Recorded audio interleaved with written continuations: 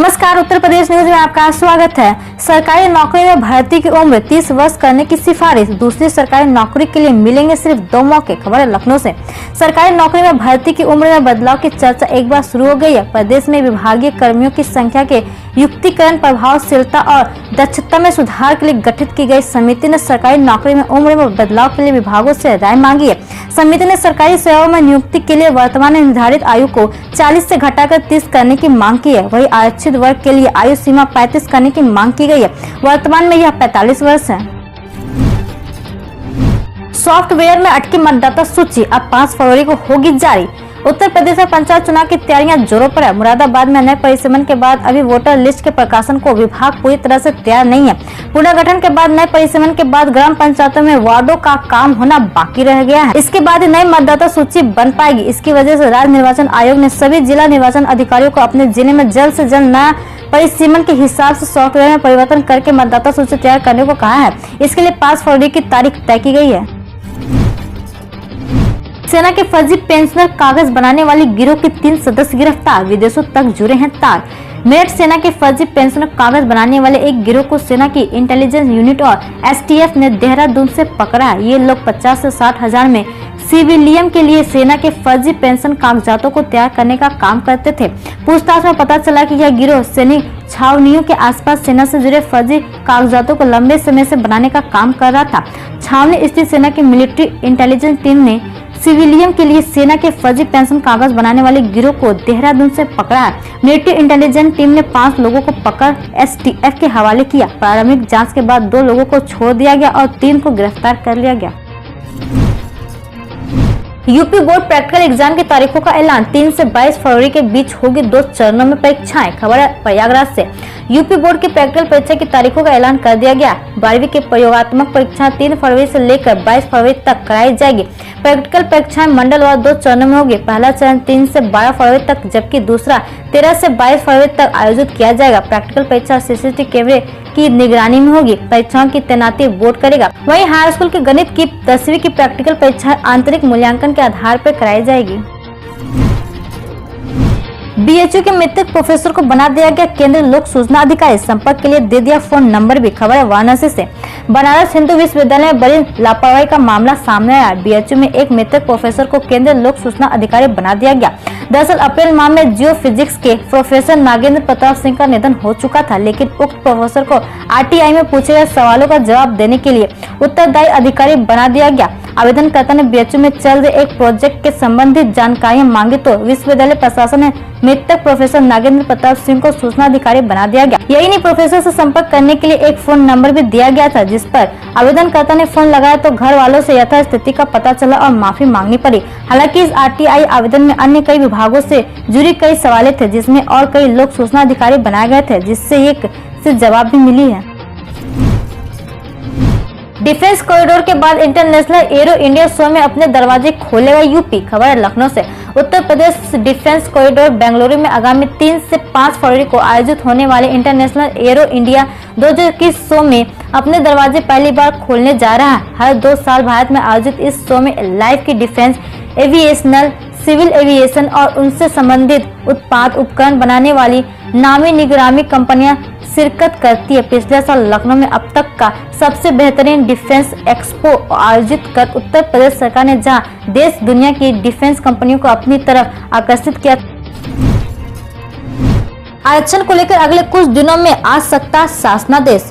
उत्तर प्रदेश में पंचायत चुनाव में आरक्षण की प्रक्रिया को लेकर हो रहा इंतजार जल्द खत्म हो जाएगी।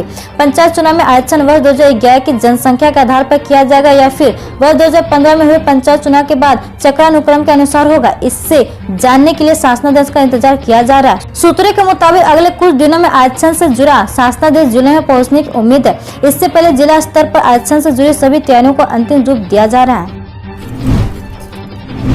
सरकार और किसानों के बीच 11वें दौर की बैठक बेनतीजा रही। चर्चा के लिए आगे की कोई तारीख नहीं। खबर है नई दिल्ली से। कृषि कानून को लेकर किसानों संगठनों और केंद्र सरकार के बीच शुक्रवार को चली 11वें दौर की बैठक बेनतीजा रही है। इस दौरान किसान नेताओं को अगली बैठक के लिए सरकार की ओर से कोई तारीख नहीं मिली है। आज की बैठक में सरकार ने यूनियनों को दिए गए सभी संभावित विकल्पों के बारे में जानकारी दी। सरकार ने कहा कि उन्हें कानूनों को स्थगित करने के प्रस्ताव पर अंदरूनी चर्चा करना चाहिए। केंद्र सरकार का कहना है कि उन्होंने किसानों को सभी प्रस्ताव दे दिए हैं। अगर किसानों के पास कोई बेहतर विकल्प नहीं है तो वे सरकार के पास इसे लेकर आ सकते हैं। मीडिया रिपोर्ट के अनुसार सरकार ने कृषि कानून को लेकर लगातार जारी बैठक का कोई नतीजा न निकलता देख अपना रुख भी सख्त कर लिया। बताया जा रहा है कि सरकार ने किसानों को कहा है कि सबसे बढ़िया और आखिरी प्रस्ताव उन्हें दिया जा रहा, आगे कोई और प्रस्ताव नहीं दिया जाएगा। कांग्रेस को जून तक नया अध्यक्ष मिलने की उम्मीद, CWC बैठक में लिया फैसला। खबर है नई दिल्ली से। कांग्रेस में नए अध्यक्ष को लाने की तैयारी जोर शोर होने लगी है। अंतरिम अध्यक्ष सोनिया गांधी की अस्वस्थता के कारण पार्टी में नए अध्यक्ष की तलाश जल्द पूरी होने वाली है। पार्टी नेता KC वेणुगोपाल के अनुसार संगठन चुनाव मई में कराने के लिए केंद्रीय चुनाव प्राधिकरण से सहमति दे दी है, लेकिन सभी सदस्य ने मिलकर तय किया है कि सोनिया गांधी तय करे कि कब चुनाव होने हैं। उन्होंने कहा कि जून 2021 तक नया कांग्रेस अध्यक्ष मिलने की उम्मीद है। यह फैसला कांग्रेस वर्किंग कमेटी की अहम बैठक में तय किया गया है। सावधान, शोध में बड़ा खुलासा, सैनिटाइजर का इस्तेमाल बच्चों को कर सकता अंधा। कोरोना महामारी से बचाव को लेकर दुनिया भर के कई देशों में वैक्सीनेशन अभियान की शुरुआत हो चुकी है और उम्मीद है कि बहुत जल्दी बाकी देशों में भी वैक्सीनेशन अभियान शुरू किया जाएगा। इस सब के बीच कोरोना से बचाव के लिए दुनिया भर में लोग अल्कोहल आधारित हैंड सैनिटाइजर का इस्तेमाल कर रहे हैं, लेकिन एक ऐसी खबर सामने आई है जो बहुत ही चौंकाने और हैरान करने वाला है। दरअसल अभी हाल ही में फ्रांस में एक शोध किया गया है कि जिसके मुताबिक सैनिटाइजर के इस्तेमाल से बच्चे अंधे हो सकते हैं। शोध के अनुसार 2019 की अपेक्षा 2020 में बच्चों के घायल होने की घटनाएं 7 गुना बढ़ गई। शोध में पाया गया कि 2020 में बच्चे की आंखें खराब होने के अधिक मामले सामने आए। लिहाजा शोधकर्ताओं ने चेतावनी दी है कि अधिक गलती से बच्चों के आंखों में सैनिटाइजर चले जाए तो उन्हें अंधा कर सकता है। इस सरकारी बैंक से हटा कोरोना का साया, दोगुना हो गया मुनाफा। खबर है नई दिल्ली से।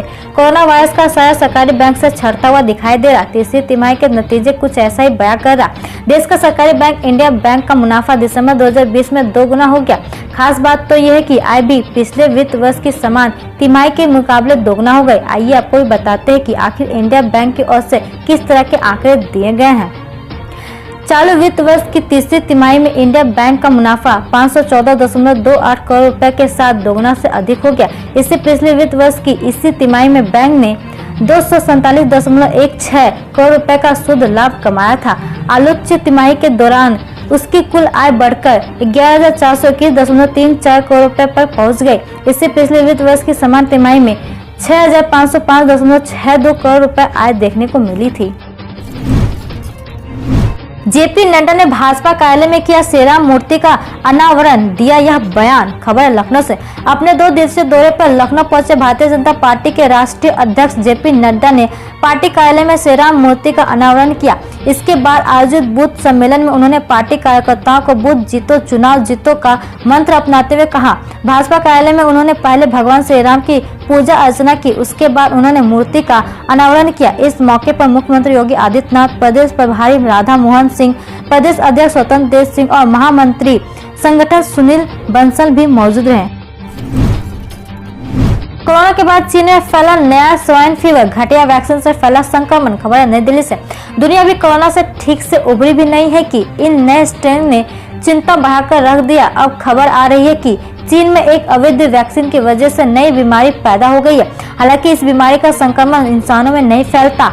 ग्लोबल टाइम्स की रिपोर्ट के मुताबिक चीन में घटिया वैक्सीन की वजह से अफ्रीकन स्वाइन फीवर के 2 नए स्ट्रेन ने 1000 से अधिक सुअरों को संक्रमित कर दिया, जिसकी वजह से दुनिया के सबसे बड़े पोर्क प्रोड्यूसर को बड़ा झटका लगा है। पंचायत चुनाव में मजबूती के साथ उतरने के लिए कांग्रेस ने बनाया मास्टर प्लान। खबर है मेरठ से। प्रदेश की योगी सरकार पर अब कांग्रेस ने कैलेंडर वार किया। इस कैलेंडर में जहां प्रदेश की 12 प्रमुख घटनाओं का जिक्र करते हुए कांग्रेस की संघर्ष गाथा को दर्शाया गया है, वहीं दूसरी ओर इसमें कांग्रेस महासचिव प्रियंका गांधी का जोरदार तरीके से जिक्र किया गया है। कांग्रेस द्वारा तैयार किया गया यह कैलेंडर प्रदेश के हर शहर के गाँव तक पहुँचाने की जिम्मेदारी कांग्रेसियों को सौंपी गई है। यूपी कैडर को मिले 16 नए IPS, गृह मंत्रालय ने जारी किया आदेश। खबर है लखनऊ से। भारतीय प्रशासनिक सेवा परीक्षा 2019 के आधार पर भारतीय पुलिस सेना के लिए चयनित 150 अफसरों में से 16 अफसरों को यूपी कैडर आवंटित किया गया। केंद्रीय गृह मंत्रालय ने इस संबंध में आदेश जारी कर दिया है। हम रोज ऐसे ही न्यूज लाते रहेंगे, तो यदि आपने अभी तक क्लीन न्यूज को सब्सक्राइब नहीं किया है तो पहले फटाफट सब्सक्राइब कर लें, साथ ही बेल आइकन को दबा दें ताकि कोई अपडेट मिस ना हो।